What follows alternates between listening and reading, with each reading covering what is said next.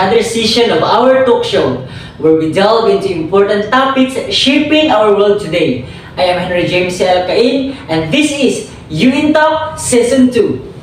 Today, we have thought-provoking and insightful discussion lined up for you. We will be exploring the fascinating realm of non-state actors, focusing specifically on NGOs, networks, and social movements. In an era defined by globalization, technological advancements, and evolving power dynamics, the influence of non-state actors cannot be underestimated. These actors operating outside the traditional boundaries of the state are redefining the way we understand governance, activism, and social change. First, we will shine a spotlight on non-governmental organizations or NGOs. These private organizations are driven by a mission to make a difference in our world. From promoting human rights and environmental sustainability to providing humanitarian and advocating for marginalized communities, NGOs are at the forefront of addressing pressing global issues. So mamaya, malalaman natin kung ano nga ba ang naiambag ng NGOs towards shaping our world better place. Next, we will explore networks. Ano nga ba ang naiambag ng network sa ating mundo ngayon? Which serve as the connective tissue between individuals, organizations, and communities. These networks, both formal and informal, enable collaboration, information sharing, and collective action. They empower non-state actors to mobilize resources, coordinate efforts, and amplify their impact, fostering innovation, solidarity, and social change. Finally, we will dive into the world of social movements. Ano nga ba ang mga social movements?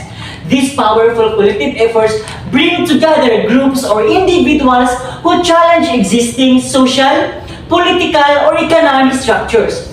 Through protests, demonstrations, and grassroots organizing, social movements seek to bring out systematic change, influencing public opinion, policy making, and social norms.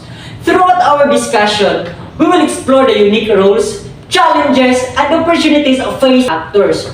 We will examine how they navigate complex power dynamics, collaborate with governments and international organizations, and drive transformative change in our societies.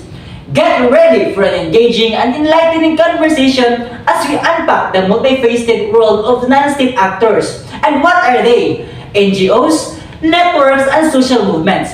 Join us as we explore their impact, strategies, and potential. They hope for shaping a more inclusive, equitable, and sustainable world when UN Talk Season 2 return.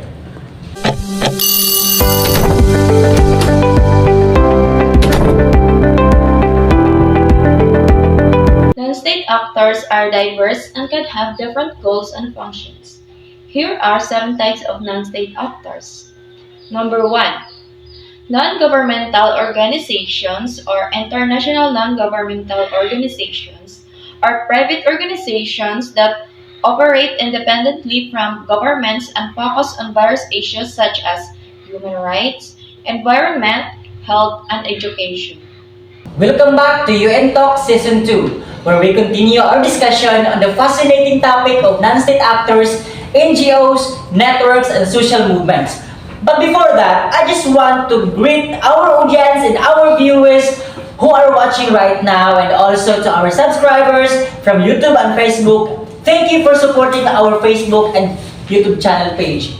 If you have comments and questions, feel free to send us your message and concern on our Facebook page, UN Talk, or text us at 0951559276. Now, let's begin our discussion. In this segment, we will dive deeper into the main discussion and explore the impact, strategies, and potential of these actors in shaping our societies into a better world. Joining us today, our 3 esteemed guests who bring a wealth of knowledge and experience in this field. Let's welcome our guest 1. A lawyer and graduated at Marawi State University, none other than Mr. Fernando C. Pulancos. Sir, good morning. And our guest 2 is a historian, none other than Veronica Osico, graduated at Caraga State University. Ma'am, thank you for joining us today. And our last guest is a political analyst graduated at San Francisco Colleges and none other than Miss Reshane Atiga. Ma'am, good morning. Thank you for having us today. Nakabalik din. Yes. Bago tayo magsimula sa ating discussion, kumusta po kayo? Okay lang po. Ano po ang pinagkakaabalahan niyo ngayon? Naaabala po kami sa pag-study ng ating mga reports. Mabuti naman po yun. So, are you ready? Ready na. Okay, ready na. To get our discussion, now let's begin the question, what is NGOs or non-governmental organizations and what is their significant role in our society? Thank you, Mr. Henry. NGOs or non-governmental organizations are independent entities that operate outside of government and are non-profit. They are usually funded by donations and run by volunteers. They can be local, national, or international in scope. Their significant role in society is that NGOs often work on issues like education, health, women's rights, children welfare, and more. NGOs can influence policy at both national and international levels. In times of crisis, such as natural disasters or conflicts, NGOs are often on the front lines providing aid and relief to those affected. In essence, they serve as a vital bridge between the least privileged sections of society and the resources available today. Ngayon nalaman ko na ang NGO pala no, hindi lang pala nakatutok sa isang hangarin, ma'am. Ang NGOs pala is though they are funded by private organizations or individuals or families or corporations, but ang kanilang layunin, ang kanilang hangarin ay para makatulong sa publiko, no? At isa pa sa kanilang adhikain ay hindi lamang pala sa pagtulong sa mga edukasyon, sa ating kapaligiran, kundi para rin pala sa pag-a-advocate ng human rights. Nabasa ko yan sa yung aklat na nabasa ko. Nabasa ko yan pala ang isa sa mga hangarin ng NGOs. Although they are not part of the government organizations, since they are called non-governmental organizations man. So, though they are not a part of governmental organizations, but their advocacy, they are advocating the public purposes, the public interest, the public good. No? Ang ganda pa ng NGOs. Thank you for that interesting explanation, sir. So, second question is, what is networks and their significance? Madalas natin itong naririnig, yung networks, madalas ka natin itong ginagamit, pero ano nga ba ang networks? And ano nga ba ang kanilang importansya? Thank you, Henry. Networks refer to interconnected devices or systems that can communicate and exchange data with each other. These devices can include computers, servers, routers, switches, and more. The significance of networks lies in their ability to facilitate communication, data sharing, and resources sharing. Networks allow for AC and instant communication between individuals and devices, regardless of their geographical locations. Networks enable the sharing of data and information. Networks also able to multiple users to work on the same project simultaneously. Yes. This makes collaborations easier and more efficient, and the networks provide access to the internet, which opens up the world of information and services. The essence for networks have revolutionized the way we communicate, share information, and work together, making them a fundamental part of modern life. Ang ganda ng networks, ma'am, no?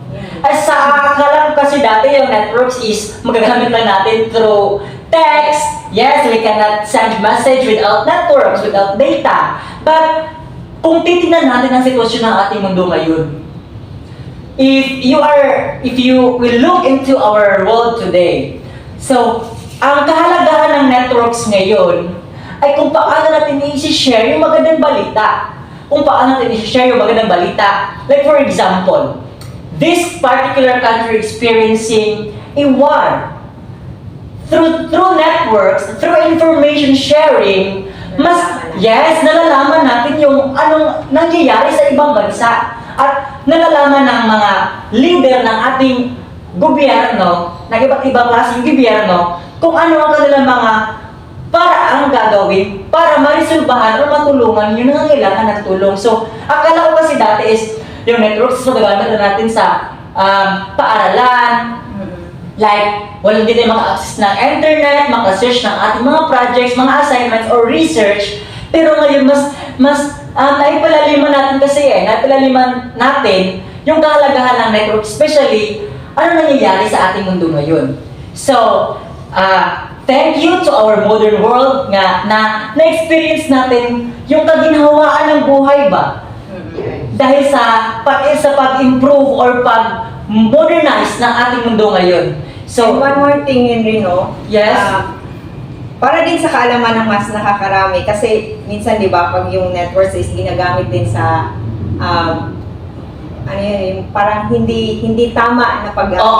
So, dapat tayo, sa mga viewers natin, maging responsable tayo sa paggamit ng networks, sa pakikipag-communicate, kasi uso na ngayon yung mga false information. Yes. So, mas i-regulate natin. Yes, dapat mas anuhin natin na dapat yung networks is gagamitin lang natin siya sa tama. Sa tama. Kapakanan ng mas. So, in short, instead of spreading negative, fake news, we can share positivity. Like verses, quotes that could inspire our people, right? Yes. Thank you, ma'am, for that very informative answer. Now, if may I ask on our guest 3, Ms. Rachel Atiga, what is a social movements and their significance in our study? Because for me, bago ko pa lang ito narinig, so gusto kong malaman kung ano nga ba ang social movements at ano ang kanilang hangarin in shaping our society a better place. Okay, thank you, Henry, for that question. Social movements are organized efforts by a large number of people to bring out or impede social, political, economic, or social issues. Example of social movements includes the civil rights movements, the feminist movement, and more. The significance of social movements lies in their ability to bring out substantial change in society. Many social movements aim to influence political policy and laws. They can bring and lead the significant policy changes. Social movements can empower marginalized or disadvantaged groups by giving them a voice and platforms to fight for their rights. Social movements can raise awareness about important issues and educate the public. They can bring attention to problems that may not be widely known or understand. In essence, social movements are powerful force of change in society. They can challenge the status quo and push for progress in various aspects of social, political, and cultural life. Ang ganda din pala ng hangarin ng social movements, no? Hindi lang pala yung mga NGOs, yung networks, yung may magandang hangarin in shaping our world a better place to live in. Yung social movements pala is naglalayan din pala, in short, they are fighting for a democracy, no? When we talk about social, for me yung social binubuo ng maramihan yan eh. Then it added movement. So, yung maramihan, nag-move sila para sila ay marinig. They are protesting, like for example, Ma'am, am I right? They are protesting, like for example, they are protesting on how human rights resolve in that particular country, how hunger resolve in that particular country. So, social movements bring a lot of impact towards in shaping our world a better place to live in indeed. So, kung wala sila, siguro no, yung problema, yung ibang mga issue natin ngayon, hindi mariresolve. Kasi kung hindi nila gagawin yun, hindi sila maririnig. No? Tama yun. So, more discussion. Just relax yourself lang ha. Kasi hindi pa tayo tapos. Kasi magbabalik pa ang UN Talk Season 2.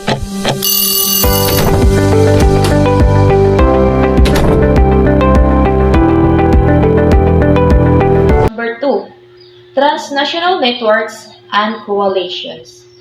These are networks and alliances formed by different organizations across multiple countries to address common issues and advocate for change. Welcome back to UN Talk Season 2. To this question, I would like to ask our guest number 1. Could you provide us an overview of how non-state actors have grown and influence and presence over the years? Thank you, Mr. Henry. Certainly, non-state actors have experienced significant growth in influence and presence over the years. This growth can be attributed to several factors, including advancement in technology and communication globalization, and increasing interconnectedness of societies. These factors have facilitated the formation of networks, the rise of social movement, and the proliferation of NGOs, enabling non-state actors to have a greater impact on global affairs and shaping public discourse. Thank you, sir, for that answer. So, this question also, I would like to ask our guest number 3. Ma'am, in your experience, what are some notable examples of the growth of non-state actors and their impact on global affairs? There are numerous notable examples of the growth of non-state actors and their impact on global affairs. One example is the rise of transnational advocacy networks such as the Global Campaign to Ban Landmines, which successfully mobilized governments, civil society, and international organizations to address the issues of landmines. Additionally, the proliferation of the NGOs working on various issues from human rights to environment sustainability showcases the expanding presence and influence of non-state actors. Thank you, ma'am, for sharing that perspectives. The expanding presence and influence of these actors have the potential to shape global affairs and drive positive change. When we come back, we will discuss the relationship between NGOs and IGOs. May IGO rin pala, no? O may NGO, may IGO. Yan. Matatakil natin yan sa pagbabalik ng UN Talk Season 2.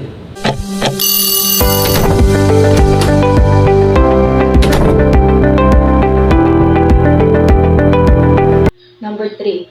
Expert epistemic communities. These are groups of professionals, scholars, and experts who share knowledge and expertise in specific fields and influence policymaking and decision-making processes. Welcome back to UN Talk Season 2. To continue with our discussion, let's talk about the relationship between NGOs and IGOs. So dito natin malalaman kung ano ang relasyon ng NGOs or ng IGOs. So, to guess number 2, could you explain the nature of this relationship on how NGOs and IGOs interact? Yes, thank you, Henry.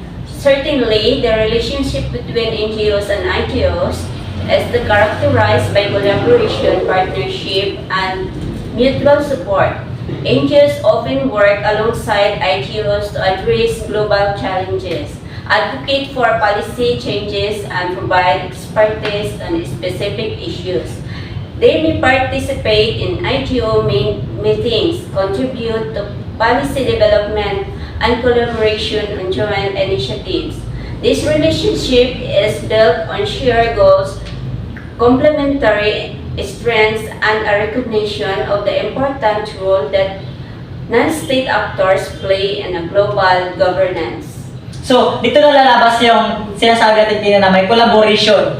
May collaboration na nagaganap. Yung NGO is gusto na maaari siyang makipag-collab o makipagtulungan sa mga IGO to address the specific issues or concerns arise in the particular place or country. So, dito sila maaaring mag-discuss, mag-diskurso, o mag-debate na ito yung gagawin natin para ma-resolve itong problema na ito. So, yung IGO naman is maaari niyang tanggapin as idea ng NGO para mas mapabuti, ma-solve ng agaran yung problema na experience ng isang lugar o ng isang country. So, to guess number 1, in your experience, sir, what are some challenges and opportunities in the relationship between NGOs and IGOs? Thank you, Mr. Henry. The relationship between NGOs and IGOs present both challenges and opportunities. One challenge is the potential power imbalance as IGOs then have more resources and influence compared to individual NGOs. This can sometimes lead to unequal partnerships or limited space for NGOs to fully participate in decision-making process. However, the opportunities arise when IGOs recognize the value of NGO expertise, perspectives, and grassroots connections. By fostering meaningful collaboration, IGOs can tap into the agility, innovation, and local knowledge that NGOs bring to the table, leading to more effective and inclusive global governance. So, it's up to the IGO kung tatanggapin nila yung NGO, no? Nasabi natin kanina na yung NGO is maaaring makipag-collab or makipagtulungan sa mga IGO. So, ang IGO ngayon is, it's up to them. Nasa sa kanila na kung tatanggapin nila yung mungkahi or yung advice ng NGO in terms of decision making in grassroots concerns, no? Nasa sa kanila na yung kung tatanggapin nila na ito maaari ito makatulong sa atin. So, thank you sir for that answer. NGOs exert influence through various means including advocacy, research, grassroots mobilization, and partnerships. They often work on specific issues or causes, leveraging their expertise, networks, and credibility to raise awareness, shape public opinion, and influence policy-making processes. The influence of NGOs is significant because they bring diverse perspectives and amplify the voices of marginalized communities and hold governments and other actors accountable. Their ability to mobilize public support and drive change on a global scale makes them powerful agents of transformation. Ang ganda. So, in short po, para sa akin, yung mga marginalized communities, so when we talk about marginalized communities is, di sila belong ba? May discrimination na nagaganap. So, those marginalized communities, now, in that answer ma'am, is na may chance sila na magsalita, no? Their voices are heard, no? Their concerns are heard, their problems are addressed. Kung ano problema nila is napapakinggan sila in that advocacy of the NGOs and the IGOs partnership. Thank you, ma'am. To guest number 1, sir. What are some factors that contribute to the effectiveness of NGOs in achieving their goals? Thank you, Mr. Henry. Several factors contribute to the effectiveness of NGOs achieving their goals. Firstly, their ability to build partnership and coalition with other actors, including governments. NGOs and grassroots organizations enhance their collective impact. Secondly, NGO obtain specialized knowledge, research, capabilities, and on-the-ground presence, which enable them to provide evidence-based solutions and advocate to inform policies. Thirdly, their ability to mobilize public support, engage communities, and raise awareness through campaign and social media amplifies their influence. Lastly, the transparency, accountability, and credibility of NGOs contribute to their effectiveness and driving change. Okay, thank you sir for highlighting that factors, no? It has been an enlightening discussion indeed, ma'am. Salamat po. On the influence and effectiveness of NGOs. By supporting and collaborating with NGOs, we can contribute to more equitable and sustainable and free world. The UN Talk Season 2 will return after this commercial break. Welcome back to UN Talk Season 2, where we continue our exploration of non-state actors, NGOs, networks, and social movements. Let's talk about state sovereignty and the influence of non-state actors. So this question, I would like to ask our guest number 2, ma'am. Could you explain the concept of state sovereignty and the influence of non-state actors? Thank you, sir. Certainly, state sovereignty refers to the supreme authority and independence of a state within its territorial boundaries. It is the principle that states have the right to govern themselves and make decisions without external interference. Let's continue our interesting discussion. Let's talk about the impact of non-state actors. NGOs, networks, and social movements have been instrumental in driving change and addressing pressing global challenges. So, this question, I would like to ask our guest number 2. Could you share some examples of how these actors have made a significant impact in your area of expertise? Certainly, in the realm of environmental sustainability, NGOs have played a crucial role in raising awareness, advocating for policy changes, and implementing conservation initiatives. For instance, organizations like Greenpeace, who have successfully campaigned for the protection of endangered species and the provision of the ecosystems. Additionally, social movements such as Fridays for Future movement, led by youth activists, have mobilized millions worldwide to demand urgent action on climate change. So in short ma'am, hindi lang pala nakafocus yung mga NGOs natin on how to provide food to the hungry people, how to resolve war, or how to resolve a human rights issue, but also hindi rin pala nila pinabayaan yung ating environment because they have programs on how to resolve climate change, that is very crucial today, na-experience natin hindi lang tayo, kundi yung ibang bansa. So, thank you ma'am for that very informative answer. So, this question, I would like to ask our guest number 1. What are your thoughts on the strategies employed by non-state actors to achieve their goals, and how do they navigate challenges and create meaningful change? Okay, Mr. Henry. Non-state actors often leverage their unique strengths to drive change. NGOs, for example, utilize research, advocacy, and partnerships to influence policymaking and hold government accountable. Networks facilitate collaboration and knowledge sharing, enabling diverse actors to pool resources and amplify their impact.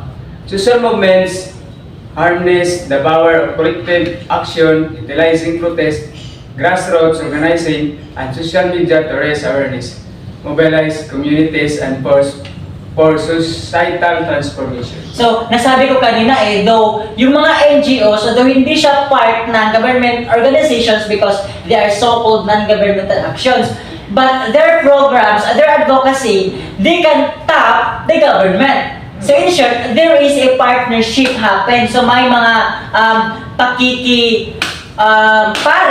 pakikipartner sa ating government. Yes, may ugnayan silang dalawa. So like for example, yung mga NGOs party natin is they have an activity, mag-conduct sa activity sa isang lugar. So to make it possible or to make it happen or to make it effective, pwede silang mag-tap sa gobyerno. Then yung gobyerno naman is pwede silang tumulong or pwede silang tumanggi.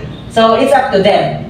So thank you sir for that question, for that answer I mean. To see the diverse strategies employed by these actors, let me ask this question to our guest number 3. What potential do you see in non-state actors for shaping a more inclusive and equitable world? Thank you, Henry. Non-state actors have the potential to challenge power structures, amplify marginalized voices, and advocate for social justice by promoting inclusivity, equality, and sustainable development. These actors contribute to building a more just and equitable society. Oh, absolutely, ma'am.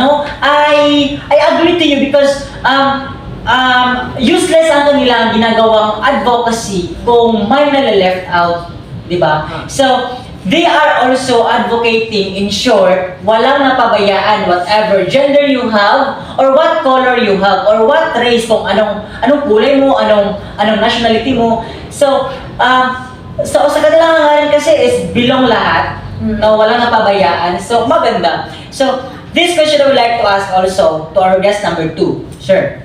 How do NGOs, network, and social movements collaborate with governments, international organizations, and other actors to achieve their goals? Collaboration is the key to their success. NGOs often work in partnership with governments and international organizations to implement projects, share expertise, and advocate for policy changes. Networks facilitate collaboration between diverse actors, fostering innovation and collective impact. Social movements engage with policymakers, media, and civil society to raise awareness and mobilize support for their causes. This collaboration enhances the effectiveness and reach of the non-state actors' initiatives. Yes, tapos sabi ko kanina, no, yung word na nagamit ko is partner. Okay naman, pero ang precise, yung tama na word na gamitin is collaboration. Yes, oo. They can collab with the government agencies para mag-implement ng kanilang proyekto or ng kanilang mga activity. Ang gandang hangarin ng mga NGOs natin. So, now, we will delve into the dark side of these actors and discuss some of the challenges and concerns they pose. To start off our discussion, let's address the dark side of non-state actors to guest number 1. Could you shed some light on the potential negative implications or risks associated with the actions of these actors? Absolutely, violence actors play a crucial role in addressing global challenges. There are concerns that need to be acknowledged. One of the main concerns is the lack of accountability and transparency that some non-state actors be faced without proper oversight. There is a risk of mismanagement, corruption, or even the misuse of funds or resources. Additionally, the influence of non-state actors can sometimes be disproportionate, leading to power imbalances and potentially undermining the democratic process. May mga rin pala, may mga pagkakamali or mga threats din pala yung mga NGOs natin, no? Though they are advocating positive impact to the public or to our environment, yung dark side din pala nila is prone sila sa corruption, di ba? Yes, bakit natin nasasabi na prone sila sa corruption? Kasi they are funded nasasabi natin kanina na they are funded by private organizations, individuals, or corporations. So expected, may mga pera sila natatanggap. So yung threat nila ngayon or yung maaaring gawin nila ngayon is yung pera na naiambag ng mga nag-ambag sa kanila is hindi nila magagamit ng maayos kasi napupunta sa kanilang sariling bulsa. So yan ang isang dark side ng ating mga NGOs. At naalala ko, hindi lang corruption or non-transparent yung mga NGOs natin. Nababasa ko sa isang libro kasi na one of the dark side of the NGOs is yung mga terorista. No? Yes, yung mga terorista na magdadala ng kaguluhan sa isang lugar na yung kanilang adhikain or yung kanilang hangarin ay para sa kanilang pansariling interest. No, some NGOs are for public good, for public interest, for public health. But some NGOs have dark side na yung kanilang hangarin is for their own. Yes, for their own, for pansariling kapakanan lang nila, no? Thank you, sir, for that very informative answer. Now, for guest number 2, what are your thoughts on the potential negative impact of non-state actors? Thank you, Henry. Non-state actors, particularly powerful NGOs or networks, may also face criticism for imposing their own agendas or values on local communities or societies. So there can be instances where these actors unintentionally undermine local culture and traditions or sovereignty. Furthermore, the actions of some social movements may lead to social unrest or even violence, especially when there is a lack of clear leadership or accountability mechanism. It's important to recognize that non-state actors are not immune to the potential negative consequences or the actors. No, so, yung mga NGOs yung parating hindi rin para basta-basta NGOs lang. So, dapat yung NGOs, in short, nangangailangan ng isang matibay, mabuting leader na may hangarin na hindi lamang sa kanyang pansariling interes, kundi para sa publiko. Yes, kakabutihan ng lahat. Salamat, ma'am. To guest number 1, what are your thoughts on the potential risks associated with non-state actors? Thank you, Mr. Henry. One concern is the potential fragmentation and lack of coordination among non-state actors. With numerous organizations, network, and social movements operating independently, there is a risk of duplication of efforts, competition for resources, and a lack of coherent strategies. Additionally, some non-state actors may inadvertently exclude certain voices or perspectives despite their intention to promote inclusivity. It's crucial to address these challenges to ensure that the action of non-state actors are aligned with their intended positive impact. So, sa mga NGOs rin pala natin, sir, at saka ma'am, no, may nagaganap rin palang kompetisyon. No? Halimbawa po, para sa akin lang po ito ha, yung isang organisasyon, nakikita nila yung isang organisasyon na maganda yung kanilang takbo. Halimbawa sa kanila ay hindi. So, this is the time now that they compete to that particular and specific organization na ay gayahin natin ang kanilang mga strategiya para lumago rin tayo, para makaipon rin tayo ng maraming pondo na magagamit natin sa ating pansarili lamang, hindi para sa publiko. So, isa yan sa mga threats or mga tutuloy natin na dark side ng isang NGO kasi nakikita nila na yung NGO na para sa publiko yung hangarin is nakikita nila na maraming nag-ambag para sa kanilang advocacy. So, thank you, sir. This question I would like to ask also to guest number 1. As we wrap up our discussion, how can we address or paano natin ito maparating ang mga concerns and ensure that non-state actors operate in an ethical and responsible manner? So, to our guest number 3. Thank you. It's important to promote transparency and accountability within non-state actors. This can achieve through self-regulation, adherence to ethical guidelines, and external oversight mechanism. Non-state actors should engage in meaningful dialogue with local communities and stakeholders, ensuring that their actions are respectful, inclusive, and aligned with the needs and aspiration of the communities they aim to serve. Yes, ang ganda rin, ma'am, no? Ang ganda rin pala ng kanilang in short, to sum up with that, the transparency and accountability ay pinaka-importante sa kanilang hangarin in serving the people, in serving the public.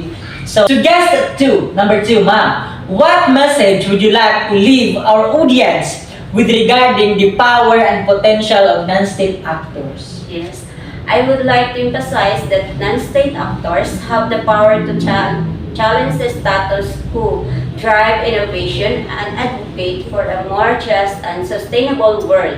Each one of us has the ability to contribute, whether it's through supporting NGOs, joining networks, or participating in social movements. Together we create a collective force for positive change and shape a better future for all. Okay, so thank you for that very challenging message, ma'am, no?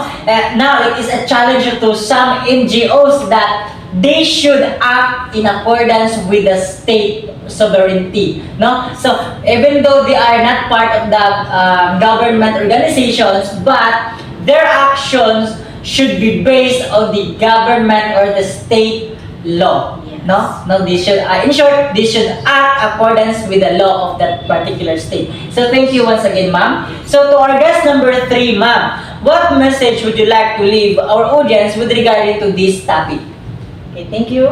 I would like to emphasize the importance of recognizing and supporting the relationship between NGOs and IGOs. By acknowledging the complementary strength of expertise of both actors, we can foster meaningful partnerships that address global challenges more effectively.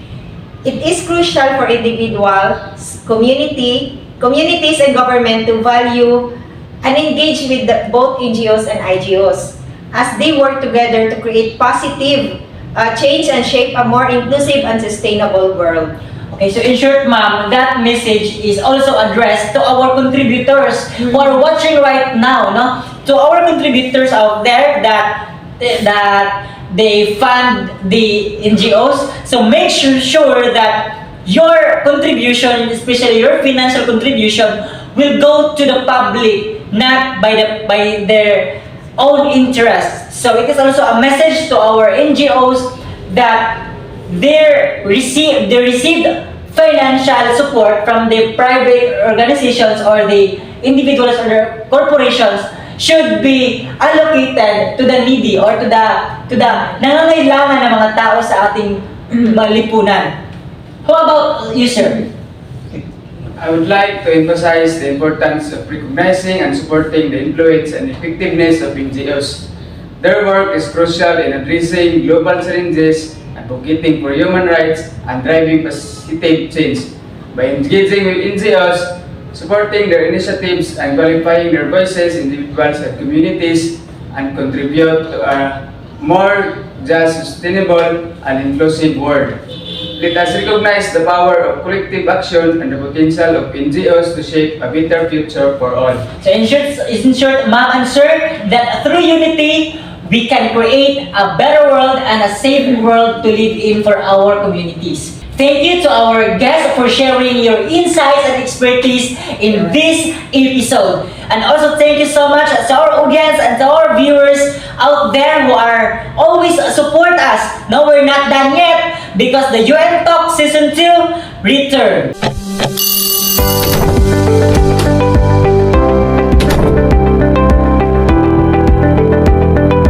Number 4. Multinational corporations.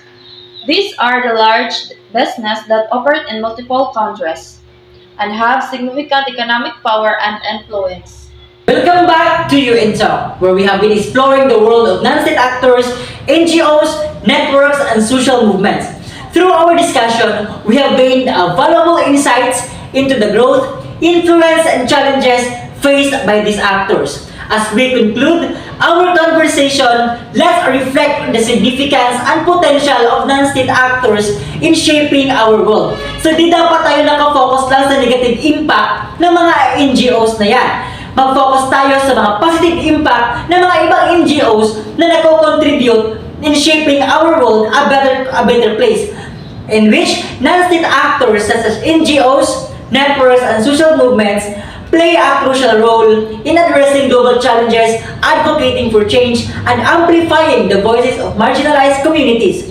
They bring diverse perspectives, expertise, and grassroots connections to the table, enriching the decision-making process and pushing for more inclusive policies. Their ability to mobilize public support, drive conversations, and hold governments accountable is a testament to their power and influence. However, non-state actors also face challenges, concerns about transparency, accountability, and the effectiveness of their work that led to a cooling of the love affair between NGOs and their supporters. Their proliferation of non-state actors and the potential of conflicting agendas can create tensions and coordination challenges. Yet, these challenges also present opportunities for reflection, growth, and innovation. To address these challenges and maximize their impact, non-state actors must prioritize transparency, accountability, and meaningful engagement with their supporters. By fostering partnerships and collaborations with governments, intergovernmental organizations, and grassroots initiatives, they can amplify their influence and drive positive change on a global scale. As individuals and communities, it is important for us to recognize and support the work of non-state actors. By actively engaging with these actors, supporting their initiatives, and amplifying their voices, we can contribute a better world, a sustainable and inclusive world. Together, we can build bridges, foster dialogue, and work towards a future where the collective power of non-state actors and state institutions can coexist and collaborate for the greater good. Thank you to our esteemed guest, Sharon Ma'am, for sharing your insights and expertise today. Your perspectives had shed light on the remarkable potential of non-state actors in shaping our world. Join us next time on our next episode. Once again, this is Henry James Alcain, your host, and thank you. God bless everyone.